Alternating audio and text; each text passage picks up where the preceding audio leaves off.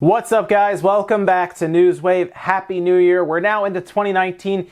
2018 is now behind us, but it was a good year. A lot of good games came out, and it was a lot of fun here on YouTube. Now we get to look forward to 2019, which will hopefully have the release of Metroid Prime, or I guess we'll have to wait till, I don't know, 2020. Who knows with Nintendo? One thing's for sure, though. I think we're gonna get some other good games this year, and we should be getting some more announced, obviously, throughout the year, going into E3 and then further than that. So looking forward to what this year has to bring for us. Today, though, we have a few things to go over, including some preliminary NPD results. And I bring this to you guys because, one, it's good to kind of get an idea as to what we're looking at going into those results, and it's going to be the biggest ones for Nintendo. And two, it actually sets up an interesting scenario for the other companies in December. You might be surprised where these companies appear to be landing right now on those charts, because it surprised me even a little bit. Oh yeah, we're gonna go over that. And then we also talk about a possible Sonic Adventure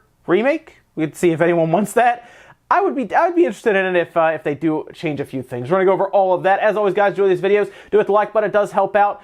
We're going to start with a really cool looking figure, and that is for Conker, from Conker's Bad Fur Day. And these are very, very high quality figures, or even statues as they call them. So I'm going to let you guys know up front, these are usually very, very expensive. Here's actually a picture of it, and they have several different pictures. And yes, this is from First Four Figures, as anyone who's familiar with them knows that their stuff is high quality, but it's also a considerable amount of money. For example, this Conker's Bad Fur Day one for the standard edition is $430. You may remember them as they've done things like the Majora's Mask, Banjo-Kazooie statues. They've done several, but man, this Conker's Bad Fur Day one looks awesome, and I would really like to have this because I loved Conker's Bad Fur Day on the Nintendo 64. It was one of my favorite games on there. It came out like way late in that console's life, by the way. So graphically looked really good, but this is just a high quality statue, and anyone who's a big fan of the Conker series is probably going to want to have to pick this up.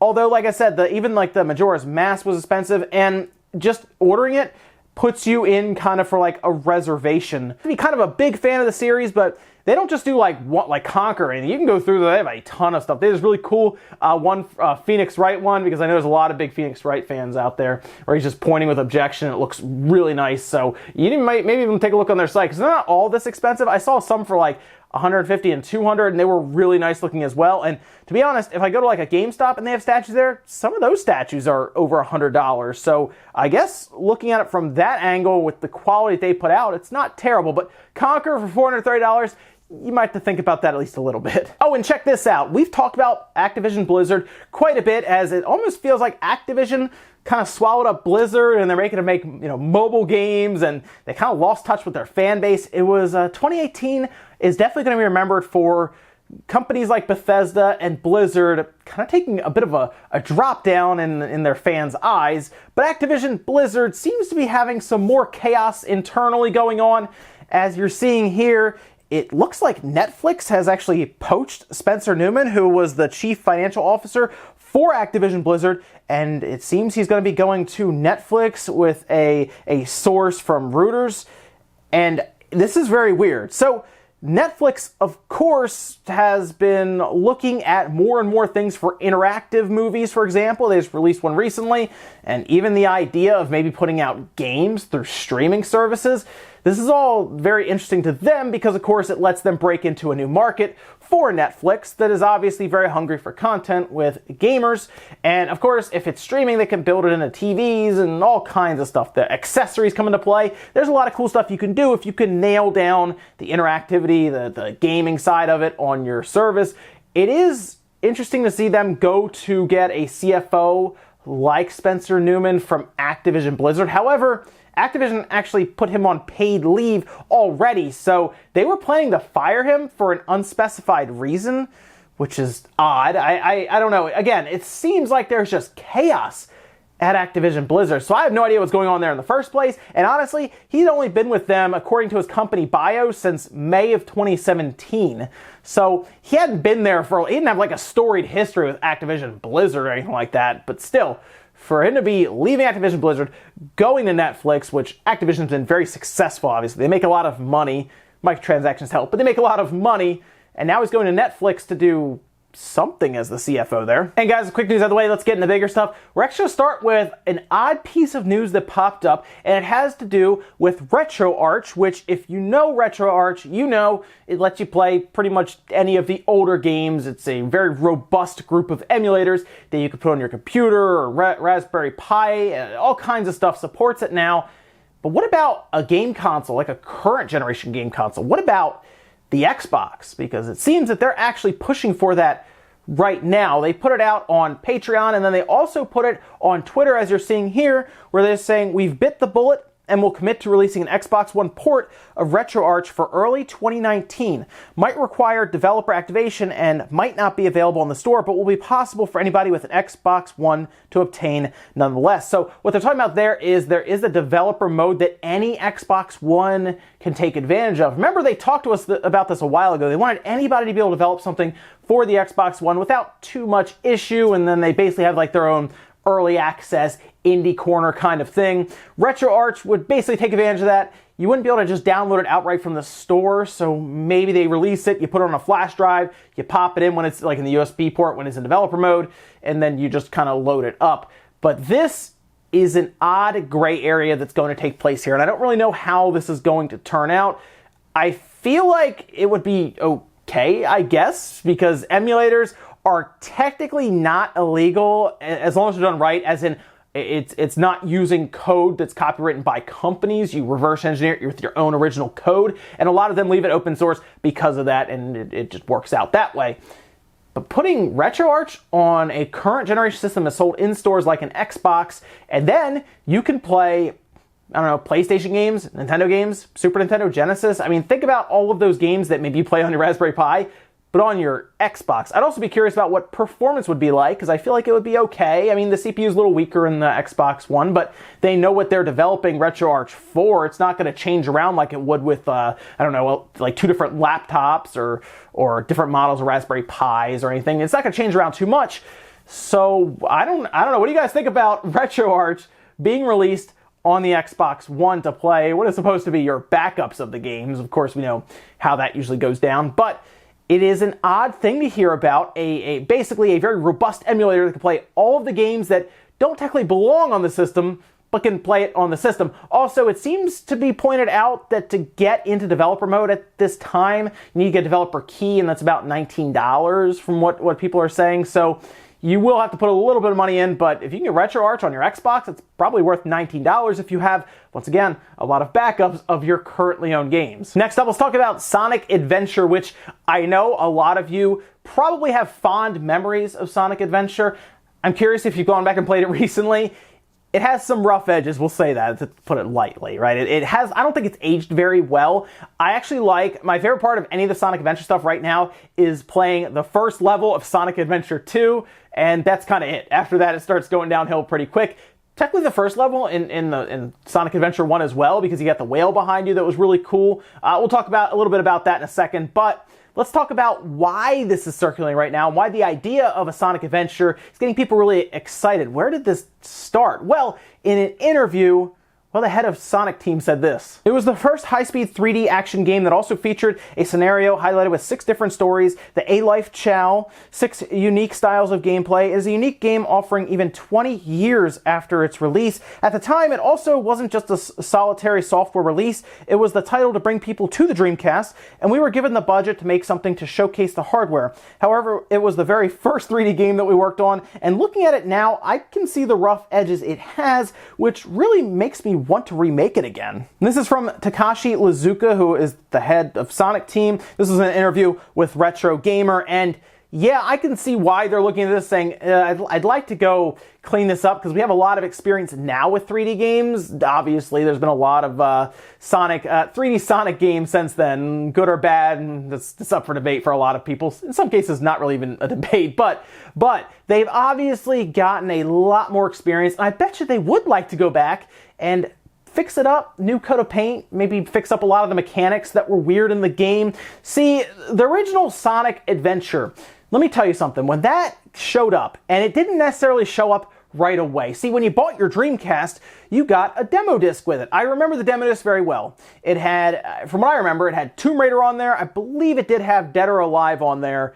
and then it had Sonic Adventure. The first level of Sonic Adventure was mind-blowing. Like, we're thinking, like, think on the level of Mario 64 when you started that up on the Nintendo 64, right? And it was 3D all of a sudden. It comes out of the pipe and it was just amazing.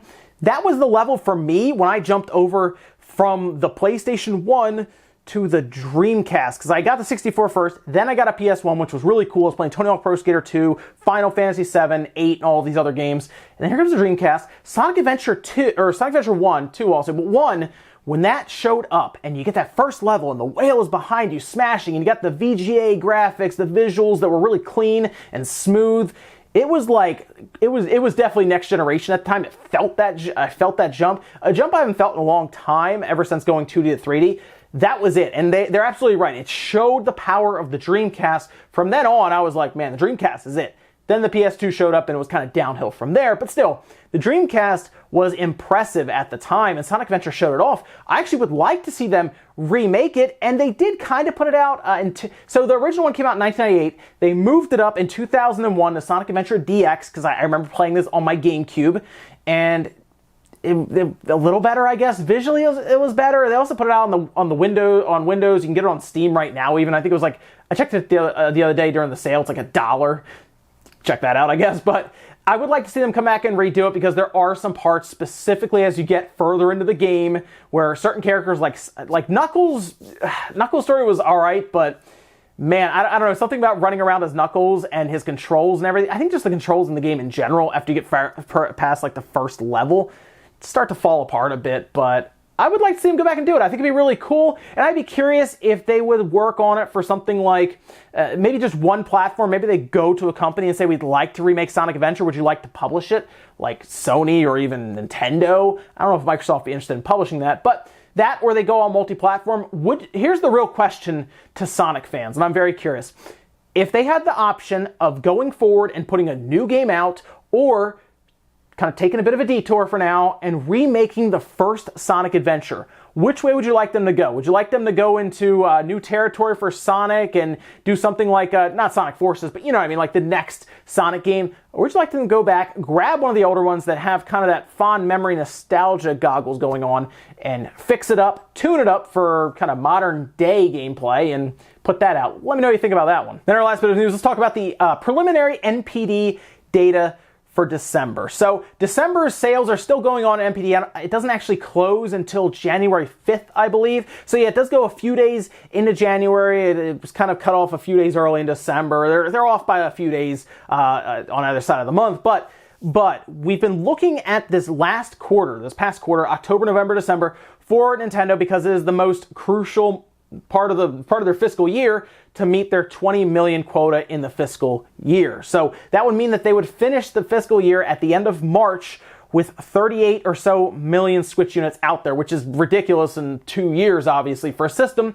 But they set their bar pretty high, and now we're kind of seeing what December is going to hold for them. I do think the last quarter, which is January, February, March, still very important, but this is it. This is when they make like 70% of their revenue. It's right now in October, November, December. We're finishing up. So the question now is, what would they do in the US? Because generally, when we look at sales, the US accounts for roughly a quarter at times of like the overall sales that we see. You can go back and look for yourself. It's give or take. But yeah, generally like a quarter. So we assume it's going to do pretty well in the US if it's going to hit that mark.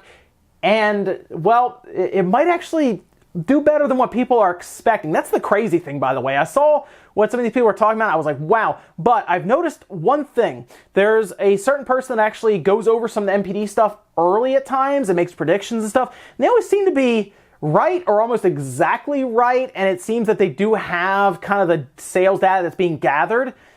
This is actually what they said. The name's Benji. They're also on Twitter. But they said on Reset Era, Benji put out saying Switch over 2 million. This is what they're projecting. Xbox One around 1 million, give or take a bit, and PS4 under 1 million. So look at these placements here, and it feels weird, doesn't it? Because at this time, again, things can change a bit, as this was posted up yesterday, 2 days ago. So things have changed a bit still with after holiday shopping and everything, but we're like right at the end of the NPDs for December. I mean, January 5th is it's soon, a few days from now. So It would be weird to see the PS4 all the way at the bottom, although I'm sure they blew through a lot of their stock with that Spider-Man sale, right? The $200 Spider-Man sale. And then the Xbox above that. But then the Switch over 2 million. If the Switch gets to 2.5 to 3 million units in the US, there's a chance, like a realistic chance, that in December and October, November, they might have done 10 to 12 million units just like flat in that quarter.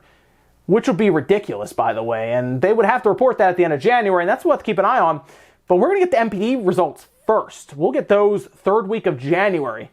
We're going to have to keep an eye on that one, because if they come back and they say that the Switch really did blow out the competition pretty much completely in December, and then we see Media Create putting up these massive quarter million numbers every single week now, that's up to about 1.75 million, 1.8 million in this quarter alone in Japan. The Switch might hit that 20 million mark, and there's a chance it goes over that even. Ladies and gentlemen, that's going to do it here for Newswave. If you enjoyed this video, guys, hit the like button. It really helps out. If not, hit the dislike. Leave comments down below about everything we talked about today. Whether it is RetroArch on the Xbox, do you think that's crossing the line? Do you think that's weird to have a set of emulators for all different systems even on the Xbox One? Or do you think, hey, I mean, emulators are legal. You got the backups to play it for your ROMs. Go play your games on the system you want to play it on. Let me know about that one. Then, of course, the Switch in December. Is that the key? It seems like it's 2.5 to 3 million isn't out of the realm of possibility. Let me know what you think about all of that, and if the Switch will hit its 20 million mark. And then, of course, Sonic Adventure Remake, yes or no? You know, remake or new game? Where do you stand? Thanks, guys, for watching, and I'll see you next time.